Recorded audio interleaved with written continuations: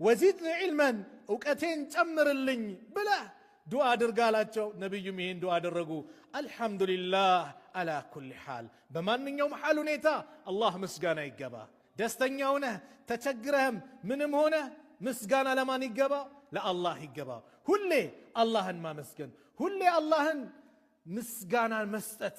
ደስታም ሲመጣ አላህን ማመስገን፣ መከራ ውስጥም ስትሆን አላህን ማመስገን የሙስሊምነት መገለጫ። ዱንያ ላይ ቺን ሐያት ባላንስ አድርገን እንድንኖር ያደረገን አንዱ ኢስላም ነው። ደስታ ሲመጣ አላህን ስታመሰግን፣ እንደዚሁም ደግሞ መከራና ችግሮች ሲፈራረቁ ሶብረኛ ስትሆን ዱንያን ባላንስ አድርገህ መሄድ ትችላለህ። አለዛ ዲንን ያልተረዳ ሰው ሀብት ሲመጣ ሀብትን እንዴት መጠቀም እንዳለበት አያውቅም።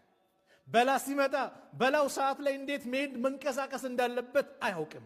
ስለዚህ በዲነል ኢስላም ውስጥ መኖራችን አላህ ኢስላምን ለኛ መስጠቱ መጀመሪያ አልሐምዱሊላህ ብለን አላህን አመስግነን ከዛ በኋላ ኢስላም ላዘዛቸው ነገሮች ደግሞ